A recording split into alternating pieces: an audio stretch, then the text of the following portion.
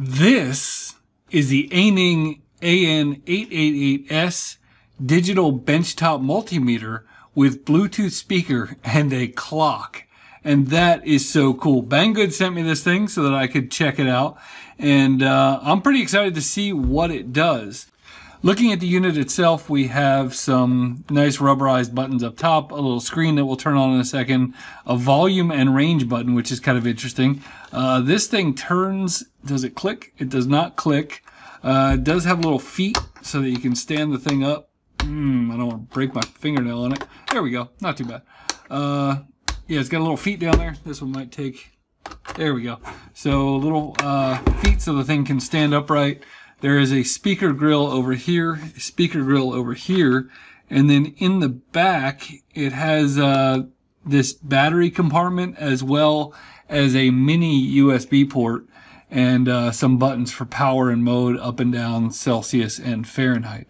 So I wonder, is this just a standard? That looks 18650 to me, so let's see what this is all about. If you're going to open a meter, you might as well do it with a Klein. So let's do that and pop it open. And yes, this thing does not come with batteries, but it does take two 18650 batteries, which I would imagine this thing would run a long time in the field with some 18650. So I will probably never have them in it, because half the joy of having a benchtop multimeter is you always know where it's at.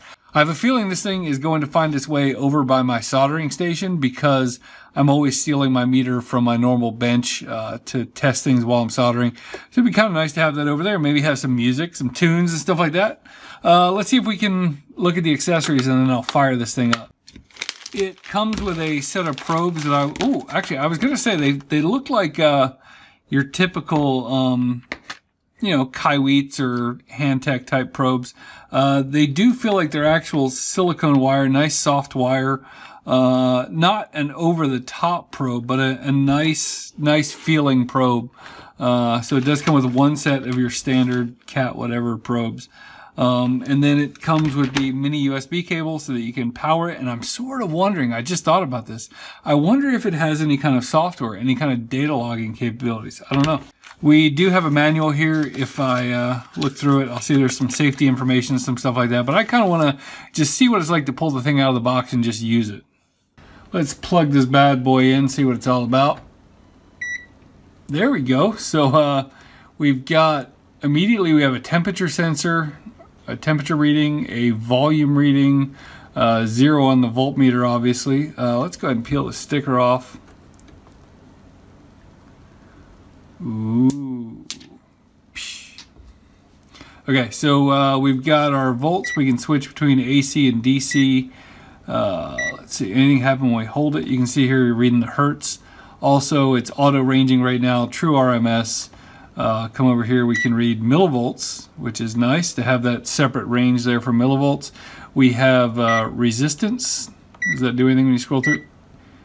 Yeah, so we have resistance, we have a capacitance, we have our diode checker, amps and milliamps. So we've got AC amps, DC amps, and that's auto ranging. We have a hold, we have a max, minimum, and an REL. I don't know what REL is. I might have to look that up in the manual. So I've spent some time playing around with this thing, and I definitely have a lot of likes. There's a couple dislikes, but overall, I really like this thing. The first thing I want to talk about is the back. I don't love this power button here. I don't love the fact that it's on the back. I don't love the fact that it's just a little teeny tiny push button. It's not real obvious if it's on or off, and it's just relatively easy to bump. I don't really love the Celsius and Fahrenheit stuff being back here, although you're probably not going to change that very often. The only other thing I really don't like about it is this cable. It's just kind of a cheap cable, which again, it's not an expensive meter, so I'm not holding up a ton of judgment. But, you know, when you look at my other mini USB cable, this is just a lot more of a beefy cable. And so this is what I actually use when I'm using this device. Again, a minor thing. I would also say the feet feel a little bit on the cheaper side. You saw when I was doing the video originally, I had a hard time getting them out, still have a hard time getting them out, and feel like it would be possible to break them if you put a lot of pressure on them. Now, most of the time, this thing is just going to be sitting here, and you're probably not going to, you know, be doing a lot with it. But it does feel a little bit on the cheap side. But everything else about this thing, I really like. Let me show you a couple different things about it that I think are kind of cool. Hey everyone, you're listening to the Simple Electronics Podcast. I'm your host, Simple Electronics, and with me I have a very special guest, Matu from Matu Makes. How are you? So I shouldn't play too much of that because I know that guy is pretty litigious. But anyway, as you could hear, this thing has a decent sound. You know, better for podcasts than for bassy music. But there was a little bit of boom there. That was a nice sounding little clip. It's got speakers on both sides, and the thing sounds really good. So in addition to having the typical Bluetooth speaker, this thing also has Bluetooth Low Energy. And I've played around with a couple of apps. There's a few generic apps out there online that you can use to interface with this thing. And I haven't been able to get full control of it, but I have clicked some buttons and actually seen this thing change modes and stuff like that. So somewhere, this thing has the built-in ability to transmit the data and be controlled over BLE. And that sounds like a fun project. That sounds like something that could possibly be done with like an ESP32 or something like that, where you could use this thing as a data logging device. And I think that's pretty interesting. Again, just potential, not realized, but I think it's at least interesting. But you know, when you buy this thing, you buy it as a meter. And when you think about it, I've got my beloved uni-t meter here. You buy a benchtop meter for a couple different reasons. You buy it because it's generally going to be a little bit more accurate. A lot of times they have more places, and we'll talk about that in a second.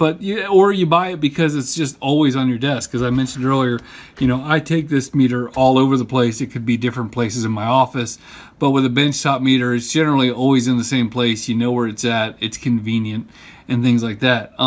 So, you know, when you look at meters, there's both accuracy and precision. And this thing is both more accurate and more precise than the uni-t meter. But I don't even know that that's really all that important. You know, when you think about it, for most of us hobbyists, you know, if this thing is 3.333 volts versus 3.3 volts, does it really matter to most of us all that much? Probably not. But this thing has 19,999 counts, where this one is a 6,000 count. This one, I believe, is 4.5 digits, and this is 3 5/6 digits, if I remember correctly. Accuracy is how close the meter is to the actual value. So if something is 3.30 volts, you know, how close is the meter saying to the true voltage? Precision is how many decimal places and how are you displaying that. So technically it's possible for a meter to have, you know, a ton of decimal places and be quote unquote more precise, but just be precisely wrong. In general, the reviews of this meter are that it is both reasonably precise and reasonably accurate. So the real question comes down to, is this something that you should consider buying? Well, the first question is, do you want a bench multimeter? If you do, and if you don't have any specific need for, say, 6.5 digits or some type of super accurate, like over-the-top accurate, then I think this one is very, very interesting. At 80 bucks, the price is right, and I've looked at all the meters from this range all the way up to $400, and in my opinion, this is just my opinion, but if I was going to buy one, I would either buy something like this, or I would go way up, because if you need a lot of precision, if you need a lot of digits, if you need a lot of accuracy, you need a lot of counts, then go way high end. But if you're looking for a hobbyist level benchtop multimeter, then man, this thing is awesome. I love it. Been using it for a while. Highly recommend it, and think it's a good buy. So let me know what you think, and I appreciate you guys watching. Have a great day.